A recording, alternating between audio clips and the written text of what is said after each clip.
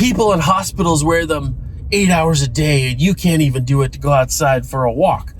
Like, well, you know what? Those people in those hospitals, when they go out for a walk, or when they do any other activity outside of dealing with sick people in a hospital bed, in a contagious ward, whatever it may be, they don't wear them. You think doctors are at home wearing masks, walking their dog? If they are, I'm not sure I'd want to visit that doctor. Hello everyone, welcome to Driving While Josh. I'm your host Josh. We are broadcasting live from our mobile Honda studios, sponsored by Civic. I want to talk a little bit today about face diapers, masks to the layman. Fauci just came out and said, you know what, man? I haven't been right about anything at all in the past year. But believe me with this, when I tell you that masks are going to be around until 2022. 2022, ladies and gentlemen. Do you think they'll also try to keep businesses closed, schools closed, destroy the middle class up through 2022? How well do you think that's going to go? Because I'm sure during the election year, at the start of the election year, all of a sudden, hey, we need to open this place up or we're going to lose our seats. Or not, based on the last election. Who knows? If you can pull off what they just did, woo, you can pull off anything. And I love how the SCOTUS just said, you know what? We could review this stuff and fix the voting process, but it's moot at this point. We'll just let it happen again. This bizarre world, people. I don't understand it at all. You're going to need to explain it to me. But anyway, masks or face diapers is my favorite term for those lovely pieces of cloth, etc., that you place over your face to protect people from catching corona and yourself from catching corona. Now, there are three types of masks that people use. There's the blue surgical type masks, the ones that they use in hospitals. Usually have a little string that goes around the ear, maybe a little piece of metal that you can pinch over the nose so it's a little more secure, or maybe if you wear glasses, the steam doesn't fog up your glasses as you wear it and breathe and exhale massive amounts of moisture. Well, what's interesting about those masks is that they're designed to be used in an already sterile environment, right? That's why they use them in hospitals, surgical rooms, theaters, whatever you want to call them, because it's already a sterile environment. And all the doctor's doing there when he's wearing it, the nurses, is if you have a sudden sneeze or a cough or whatever it may be, you won't sneeze into somebody's brain or their open chest cavity. It stops that from happening, right?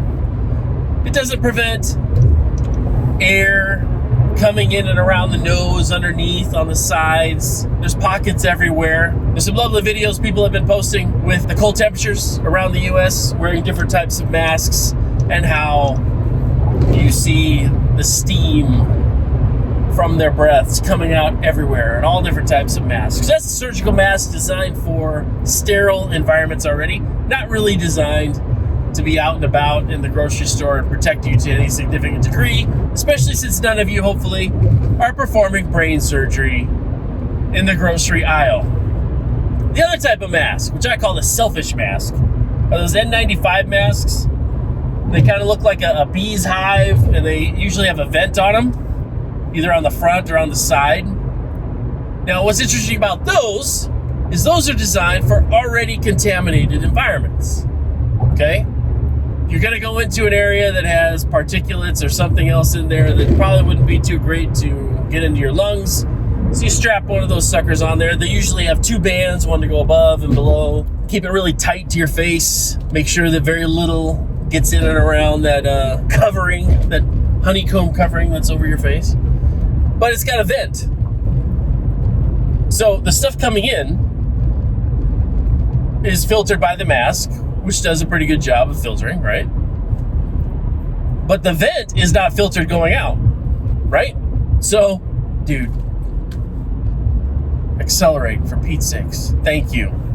It's not like there's other people on the road. Wouldn't want to be courteous in our operation. I know you're going to get over anyway.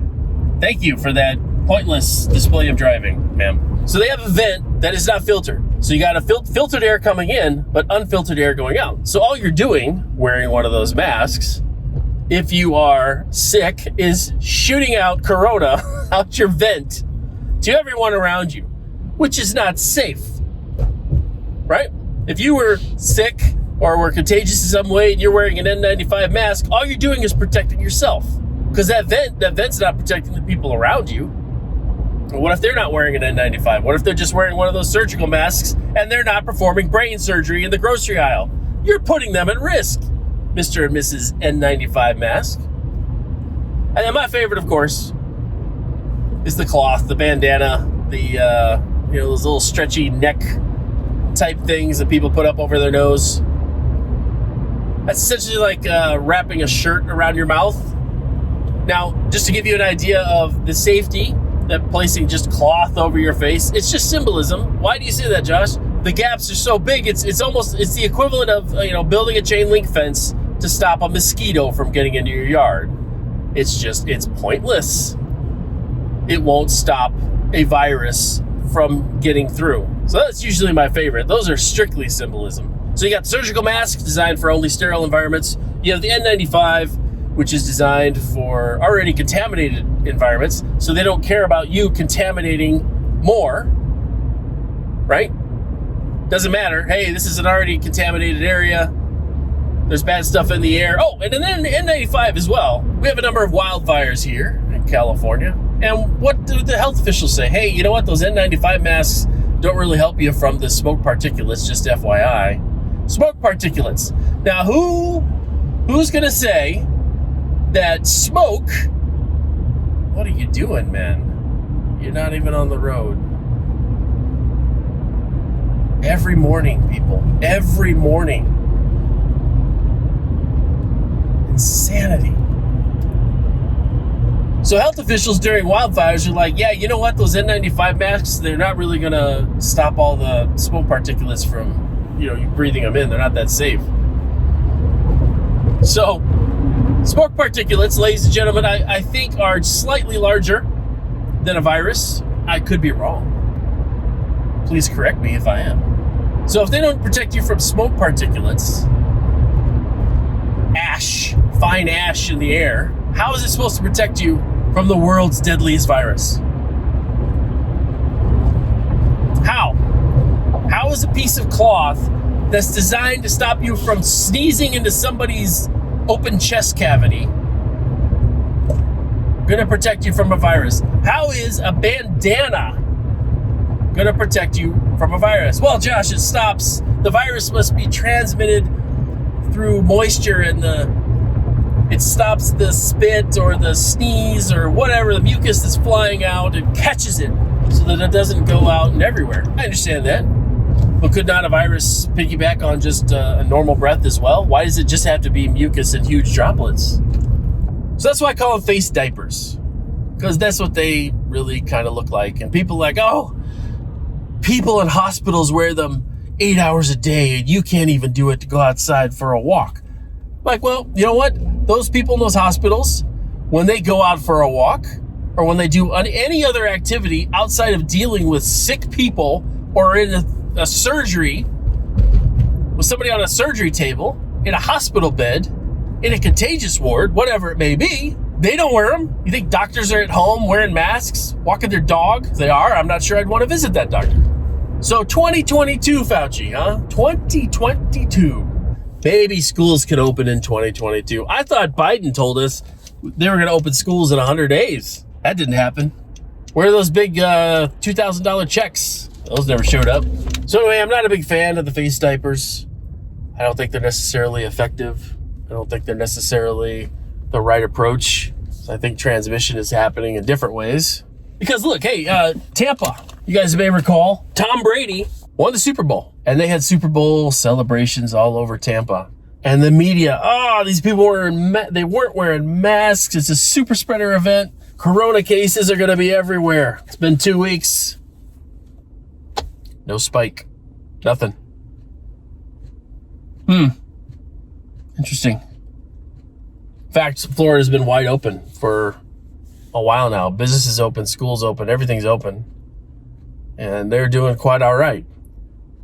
Now you've got Cuomo, who's in a whole lot of trouble despite the media doing backflips trying to help him, because he fudged the numbers, right? He manipulated the numbers, switching people back and forth, or people that were in a hospital and moved them to a nursing home or moved whatever back, trying to, oh, well, this counted as a hospital death, not a nursing home death, and, kind of shell gaming it to make it look like it was better than it really was. So he's in a bit of trouble right now, and he's got some whistleblowers on his team that are like, yo, man, this wasn't kosher. So face diapers, do they work? Do they not work? You tell me. Go look at what people wear when they go mining to prevent coal dust. I would say coal dust is bigger than a virus. Go see what they're wearing there. Or when they're actually dealing with a hazmat situation, go look at what they wear there, those masks. And then compare it to the cloth that people are putting over their face. And tell me that that's effective and necessary. I'm not sure it is. But what do I know? I'm not on TV. I'm not Fauci. And I'm not into the whole face diaper craze, especially into 2022. No, thank you. That does it for this episode of Driving While Josh. Until next time.